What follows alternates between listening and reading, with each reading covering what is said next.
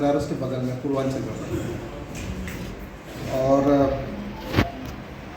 मेरी जो पढ़ाई है वो पहले गाजीपुर से, फिर BHU से मैंने पॉलिटिकल साइंस में ग्रेजुएशन और PG किया है। लकली मैं यूनिवर्सिटी टॉपर था ग्रेजुएशन में और मास्टर्स में गोल्ड मेडलिस्ट था। फिर मैं JNU में मैंने MPhil किया है इंटरनेशनल रिलेशंस में, और संयुक्त राष्ट्र संघ के सुरक्षा परिषद पे मैंने MPhil किया है। MPhil की मेरी थीसिस है। और मैं फिर PhD JNU से कर रहा था। संयुक्त राष्ट्र संघ के शांति प्रयास जो है उसमें एक पीस बिल्डिंग वर्क्स होता है, शांति सुदृढ़ीकरण सही कहिए तो उसका हिंदी होता है, तो उस पर मैं कर रहा था। लेकिन PhD सर्विस में आने के बाद वो कर नहीं पाया, तो मैं अभी कुछ दूसरे यूनिवर्सिटी से ऑलरेडी PhD कर रहा हूँ। अभी कुछ समय लगा तो मुझे लगा कर लेना चाहिए। इसके अलावा फैमिली के बारे में बताऊँ तो मेरे पिताजी यूपी में ही रहते हैं। अच्छी चीज़ मैं आपको बताऊं कि मैं भी प्रेस परिवार से हूँ और काफ़ी सीनियर जर्नलिस्ट है मेरे फादर। 91 से काम कर रहे हैं दैनिक जागरण में, बीच में कई और पेपर्स में भी किया। तो इसका मतलब ये है कि मेरे जितने अंकल हैं सब प्रेस वाले ही हैं। बचपन से ही देखा है हम लोगों ने, और इसलिए कहीं ना कहीं प्रेस से मेरा ज़्यादा जुड़ाव भी रहता है और दूसरे बात में बताऊंगा गुस्सा भी आता है। तो लेकिन मैं आपके बैकग्राउंड से कहूँगा तो छत्तीसगढ़ में एक बार कैडर अलॉटमेंट के बाद दुर्ग में पदस्थापना रही। CSP दुर्ग था मैं, ट्रेनिंग भी वहीं हुई। फिर मैं एडिशनल SP सुकमा था, नक्सल ऑपरेशंस लगभग 2 साल। फिर SP सरकार ने बनने का मौका दिया। पहली बार मैं कोंडागांव में SP था, नारायणपुर में SP रहा, फिर महासमुंद में प्लेन जिले में SP रहने का मौका मिला, रायगढ़ में रहा, और फिर शॉर्ट टेन्योर्स में कोरिया, राजनांदगांव और कोरबा में रहा। कुछ जो फोकस्ड जनरली नक्सल इलाके में रहते हैं तो नक्सल अभियान रहता है। प्लेन इलाकों के अलग अलग हर जिलों की समस्या रहती है। मुझे लगता है कि सरकार ने जो ये बिलासपुर में मौका दिया है मेरे लिए बहुत ही जिम्मेदारीपूर्ण है। और ये मैटर नहीं करता कि आप कहाँ काम किए, हर जगह की परिस्थिति अलग होती है। ये ज़रूर है कि पिछली जो आपके एक्सपीरियंस है वो काम आते हैं। यहाँ के चैलेंजेस के हिसाब से, यहाँ की समस्याओं के हिसाब से, यहाँ की ज़रूरतों के हिसाब से पुलिसिंग को एक बार समझने के बाद मैं कुछ प्राथमिकताएं तय करूँगा। आपसे बेहतर संबंध की उम्मीद करता हूँ।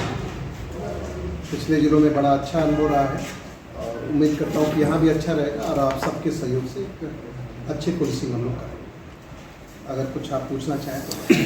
सर, पुराने एक्सपीरियंस के आधार पर निश्चित रूप से आपके सामने बिलासपुर की भी चुनौतियाँ देखने और सुनने को मिली होंगी। तो बिलासपुर में आप बाहर से ऑब्जर्वेशन करने के बाद क्या चुनौतियाँ देखते हैं एज ए पुलिस कप्तान? मुझे लगता है कि जो बड़े ज़िले रहते हैं जिसमें बिलासपुर है अपना, वहाँ क्राइम हमेशा एक चैलेंज रहता है। विशेषकर कहीं से अचानक कोई लोकल गुंडा बदमाश और अगर कुछ गैंग से तो वो तो रहता है, लेकिन अचानक कहीं से बाहर कोई गैंग आके ऑपरेट करता है, कुछ लूट मार करता है, कहीं कोई गोली चलाता है और वो फिर वैनिश हो जाता है, गायब हो जाता है। तो ये चैलेंजेस मुझे लगता है हर बड़े शहरों की है, यहाँ भी होगी। अपराधों का जब हम लोग देखते हैं तो एक नशे का भी बहुत ज़्यादा रोल दिखता है कि नशा जनरली अब बढ़ता जा रहा है। नशे का उससे रिलेटेड अपराध काफ़ी बढ़ते जा रहा है।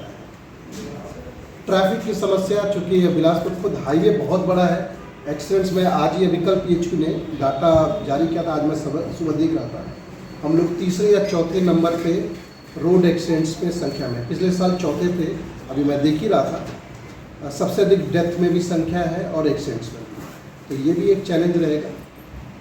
बाकी लॉ एंड ऑर्डर के जो VIP विजिट्स प्रोग्राम्स और ग्रुपबाजी वो सब चीज़ें रहेंगी। उसके रूप ये सारी चैलेंजेस जो अभी मैं जनरल देख पाया हूँ, बाकी स्पेसिफिक जैसे जैसे समझ में आए। खुलेआम गोली कांड की स्थिति यहाँ बनी थी। ये शहर का नया कल्चर आ गया है, इस पर आप अवरोध लगाने के लिए कुछ प्लानिंग करेंगे, क्योंकि ये बहुत बड़ा कांड था।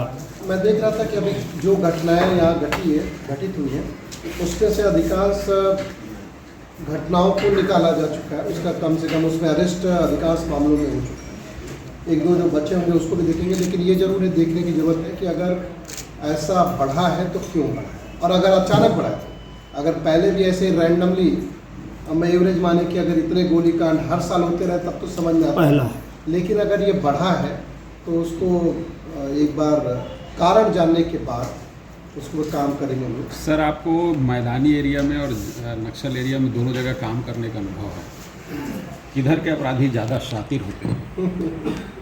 दोनों जगह की चैलेंजेस बहुत ही अलग है। नक्सल इलाकों में आप देखिए कि पुलिस पर्सन्स ऐसे काम करते हैं, लाइफ एंड डेथ का क्वेश्चन होता है। जब हम ऑपरेशंस में निकलते हैं तो ऐसी ऐसी जगहें होती हैं जहाँ इनकाउंटर्स तो बाद में होता है, पहले उस जगह पे पहुंचना, आईडी से बच के पहुंचना खुद में एक चैलेंज होता है। आप समझ सकते हैं किस तरह के लॉ एंड ऑर्डर होते हैं। मैं नक्सल के लगभग एसपी के रूप में 3 जिले में और एडिशनल एसपी के 1 जिले में, कुल 4 जिलों में रहा, राजनांदगांव जिसमें शामिल है। काफ़ी मुश्किल हालात थे, हर साल कुछ न कुछ बेहतर हो रहा है। न जाने कितने इनकाउंटर्स पहले होते थे, कितने नक्सली मारे जाते थे, तो चैलेंजेस बहुत ही पुलिस के लिए बहुत ज़्यादा है। दूसरा चैलेंज जो रहता है वहाँ लोगों का विश्वास जीतना रहता है, और उतना ही इम्पोर्टेंट रहता है कि सरकार की जो दूसरे विभाग जो हम कहें कि नक्सली होने की वजह से नहीं पहुंच पाते, तो डेवलपमेंटल जो एक्टिविटीज़ हैं, सरकारी योजनाओं का कार्यान्वयन है, उसको करवा पाए हम लोग, और उसमें पुलिस नक्सल इलाकों में बहुत इंपॉर्टेंट रोल प्ले करती है। मैदानी इलाकों में आप देखें तो बहुत रूटीन की दूसरी तरह की चैलेंजेज होती हैं। यहाँ आपने ही अभी नाम लिया, गोली हो गया, मर्डर्स हो गए, गैंग वार्स हो गया, ड्रग्स के इश्यूज़ रहते हैं, ट्रैफिक के इश्यूज़ रहते हैं, बहुत तरह के डिफरेंट चैलेंजेस रहते हैं। मैं जिन इलाकों में अभी 2 इंडस्ट्रियल इलाकों में काम किया, वहाँ इंडस्ट्रियल समस्याएं काफ़ी थी। वहाँ डीजल कोयला चोरी की समस्याएं थी, वहाँ कबाड़ की चोरी की समस्या बहुत ज़्यादा थी। मतलब शातिर के मामले में इधर मैदानी के लोग ये ज़्यादा। बिल्कुल अलग अलग है, कह नहीं सकते कि कहाँ के हैं, लेकिन अपराधी ही होता है। ऐसा कम मैंने कहा, ये आपने इंफरेंस किस चीज़ से निकाला?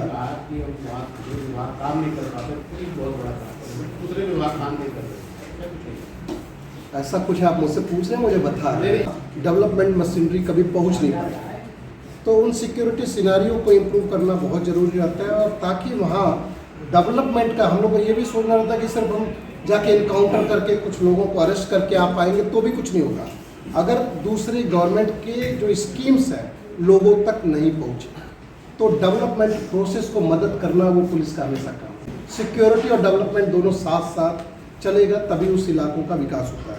और जमीन कब्जा को लेके यहाँ विवाद बहुत है। लास्ट टाइम मुख्यमंत्री जी के मीटिंग में भी ये बात आ चुकी है, मुख्यमंत्री जी को आखिर बिल्कुल। हाँ, मैं देख रहा था कि ज़मीन के यहाँ काफ़ी मामले हैं, उसको हम लोग देखेंगे, और उससे रिलेटेड अपराधों पर रोक लगाना एक चैलेंज है। पुलिस टांग दे, इस बयान को ध्यान में रखते हुए आप समझ सकते हैं कि बिलासपुर की पुलिसिंग कैसी होगी। एक जनप्रतिनिधि कह रहा है, अब आपकी क्या प्रतिक्रिया होगी? मुझे किसी और चीज़ पे प्रतिक्रिया देने की जरूरत नहीं है। मुझे जो बताना था मैंने ये कहा कि हम लोग पुलिसिंग को बेहतर करेंगे, और कोशिश ये होगी कि जो अपराधी हैं उनमें भय है, और लोगों का जो एक थाने से भय रहता है कि थाने में आते नहीं हैं, कई बार उनकी बातें नहीं सुनी जाती। कई बार ऐसा भी रहता है कि FIR छोटी शिकायत के लिए भी जब आते हैं, शायद कई बार उनकी शिकायत में सामान्य किसी को कॉल करके भी उनकी समस्याएं सुलझा दी जाती है। तो उन सारे जो लोगों को जो भय रहता है उसको भी दूर करेंगे, पब्लिक से अच्छा एक रिलेशन रहे, और अपराधियों में थोड़ा एक अच्छा कंट्रोल करने की ज़रूरत रहेगी इसको।